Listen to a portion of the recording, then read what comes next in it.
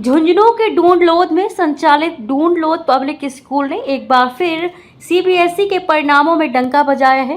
ढूंढलोद public school ने न केवल झुंझुनू जिले का टॉपर दिया है बल्कि पूरे देश में स्कूल की छात्रा ने टॉप 5 में जगह बनाकर साबित किया है कि ढूंढलोद पब्लिक स्कूल की शिक्षा, गाइडेंस और छात्रा की मेहनत दोनों ने मिलकर एक इतिहास रचा है। छात्रा प्रकृति सारण ने आज सीबीएसई द्वारा घोषित किए गए परीक्षा परिणाम में 500 में से 495 अंक प्राप्त कर 99% अंक हासिल किए। परिणाम जारी होने के बाद प्रकृति की इस सफलता पर बधाई देने वालों का तांता लगा हुआ है। अपनी इस उपलब्धि का श्रेय प्रकृति ने अपने माता पिता और गुरुजनों को दिया है। प्रकृति ने बताया कि उनका लक्ष्य भारतीय प्रशासनिक सेवा में जाना है और वे शुरुआत से ही नियमित रूप से पढ़ाई करती रही हैं। उन्होंने कहा कि वे रोजाना करीब 4 घंटे पढ़ाई करती थी और सोशल मीडिया का इस्तेमाल भी केवल पढ़ाई से जुड़ी सामग्री के लिए करती थी। छात्रों के लिए संदेश देते हुए प्रकृति ने कहा, परीक्षा को लेकर तनाव लेने की आवश्यकता नहीं है। यदि हम रोजाना थोड़ा थोड़ा अभ्यास करें तो बेहतरीन परिणाम प्राप्त कर सकते हैं। प्रकृति ने इंग्लिश में 100 में से 100, जियोग्राफी में 100 में से 100,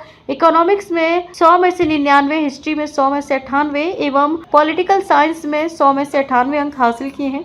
प्रकृति सारण ने कक्षा 6ठी से 12वीं तक की पूरी स्कूलिंग ढूंढलोद पब्लिक स्कूल ढूंढलोद में की है। प्रकृति के पिता नंदलाल दुकान चलाते हैं जबकि माता सुनीता देवी मेडिकल डिपार्टमेंट में सर्विस करती हैं। इधर स्कूल सचिव बीएल रणवा ने कहा कि सीबीएसई के परिणाम हर बार ही पूरे देश में छाए रहते हैं, इस बार भी ऐसा हुआ है। हमें इस बात की खुशी है कि हम अभिभावकों के विश्वास पर खरा उतर रहे हैं, साथ ही विद्यार्थियों की मेहनत को भी सही दिशा देकर उनके सपनों को साकार करने में मदद कर रहे हैं।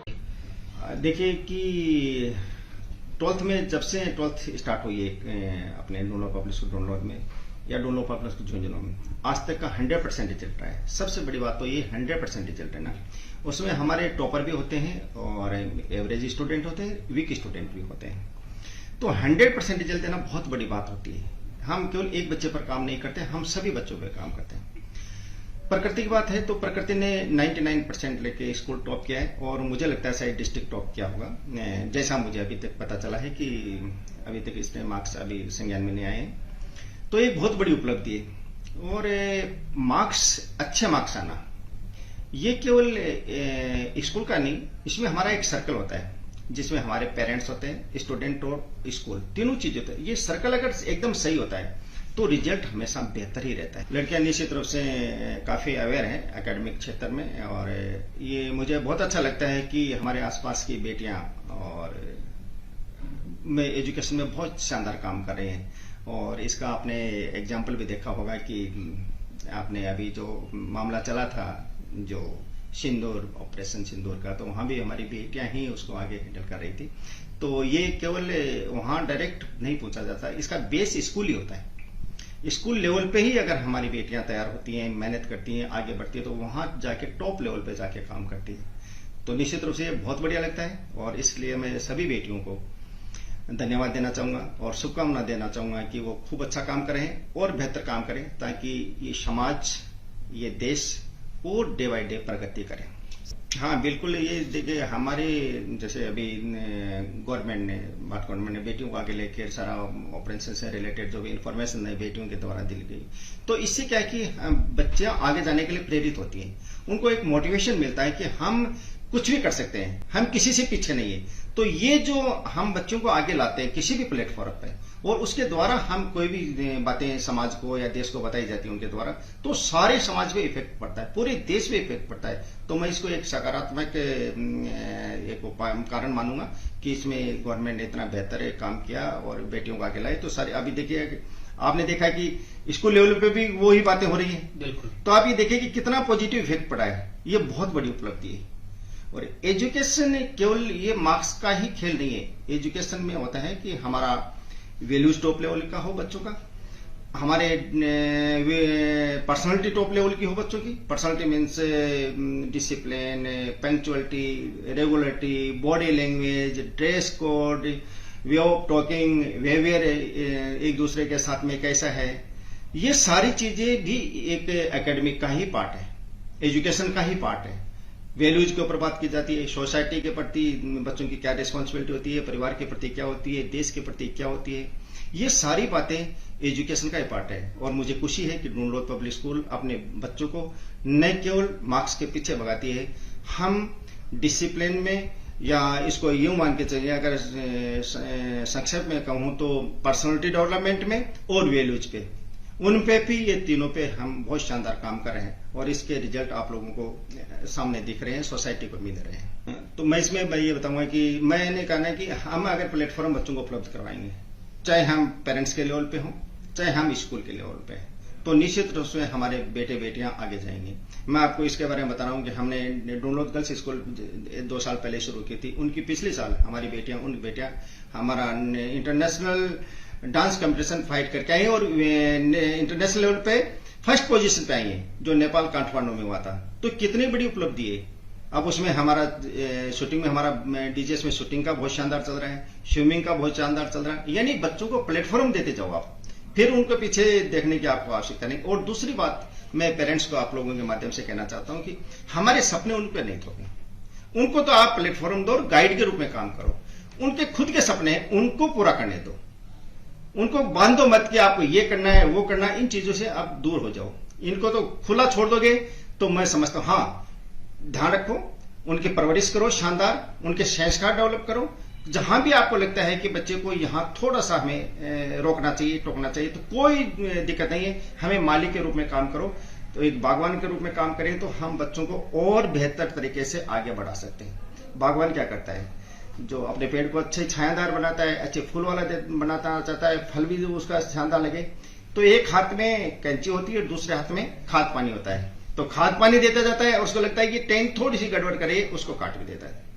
तो हमें एज ए परिवार के रूप में, एज के स्कूल के रूप में हमें बागवान की भांति काम करना पड़ेगा। और अगर हमने ओपन माइंड लेकर और ये काम किया तो मुझे लगता है कि हमारा भविष्य, हमारे देश का भविष्य बहुत शानदार है, क्योंकि और शानदार बच्चों के हाथ में आने वाला है और बेटे बेटियां और बेहतर काम करेंगे। देखिए, ये तो मैं इसके बारे में ये कहना चाहता हूं कि अपने बेटे बेटियों को जहां भी एडमिशन दिलाएं, आप स्कूल के बारे में उनके जो रिजल्ट्स हैं, उनके जो अदर एक्टिविटीज में रिजल्ट्स हैं, चाहे स्पोर्ट्स में हो, चाहे आपका अदर प्लेटफॉर्म पर हो, चाहे डांस का हो, चाहे आर्ट का हो, चाहे और दूसरी एक्टिविटी डिफरेंट डिबेट का हो, उनके रिजल्ट्स, वहां का डिसिप्लिन, वहां का इन्वायरमेंट, टीचर्स की क्वालिफिकेशंस, किस लेवल के टीचर्स स्कूल के पास में है, वहां की व्यवस्थाएं, ये देख के निश्चित रूप से उनको एडमिशन करवाना चाहिए।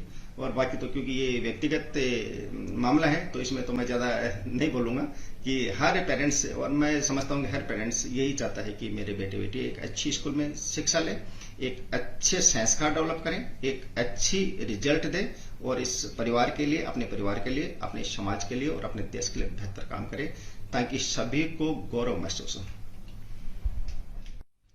और लास्ट में मैं सभी बच्चों से को कहना चाहूंगा कि जो रिजल्ट आया, मैं मेरे जो बच्चे होते हैं 10th एंड 12th वालों से सबसे मिलता हूं, और सभी बच्चों से, चाहे 10th 12th के एग्जाम, जो भी एग्जाम देते हैं बच्चों से मिलता हूं। मैं हमेशा ये कहता हूं कि बेटा, जो तुम्हारे में अंदर कैपेबिलिटी है, उस कैपेबिलिटी के अकॉर्डिंग काम करो, वो सारी बाहर आनी चाहिए। तुम्हें अफसोस नहीं होना चाहिए जिस दिन रिजल्ट आए, और जो भी रिजल्ट आए उसके बाद में जितनी जो मैक्सिमम मेहनत कर सकते हो उतनी मेहनत करो। उसके बाद में जो रिजल्ट आए उसको 100% स्वीकार करो, फिर तुम्हें कोई स्ट्रेस नहीं होना चाहिए। क्योंकि अगर कम मार्क्स आ गए तो ये कोई लास्ट गाड़ी नहीं है कि तुम उसके लिए उदास हो या परेशान हो, और आगे मौके मिलेंगे और ज्यादा बेहतर काम करना। तो कभी भी निराश नहीं होना है। जो आ गया रिजल्ट आया उसको सैट दिल से स्वीकार करें और अच्छे भविष्य के लिए और शानदार काम करें और एंजॉय करें, लाइफ को शानदार एंजॉय करें। तो मैं सभी से यही अपील करना चाहूंगा कि जो रिजल्ट आया है, किसी के बहुत शानदार मार्क्स हैं, किसी के एवरेज मार्क्स हैं, किसी को हो सकता है थोड़े बहुत कम भी हो, तो परेशान होने का कोई कारण नहीं है। लास्ट ट्रेन नहीं है जो छूट गई, इसके बाद में ट्रेन नहीं मिलेगी। आप और शानदार काम करें और बेहतर रिजल्ट करोगे तो निश्चित रूप से ये भविष्य आपका होगा, ये फ्यूचर आपका होगा। परेशान होने का कोई कारण नहीं है। तैयारी तो कंसिस्टेंटली बस पढ़ना रोज 4 घंटे है, वही एग्जाम तक, लास्ट तक रोज पढ़ना, यही तैयारी थी। 10th क्लास में 94% बने थे और अभी 12th क्लास में 99% बने। सोशल मीडिया पे यूट्यूब वगैरह तो मैंने भी यूज किया है स्टडीज के लिए ही, बट बाकी और प्लेटफॉर्म्स पे मैं नहीं थी। हाँ कि यही कि everyone can do it, it's not that hard, सब कर सकते हैं, करने इतनी बड़ी कोई अचीवमेंट नहीं है ये, बट रोज पढ़ाई करके थोड़ा थोड़ा पढ़ के भी सब हासिल कर सकते हैं, एक स्ट्रेस लेने की कोई जरूरत नहीं होती। मेरा कितना सोशल वेलफेयर, इसका पूरा श्रेय मैं अपनी फैमिली को देना चाहूंगी, my grand parents and my parents.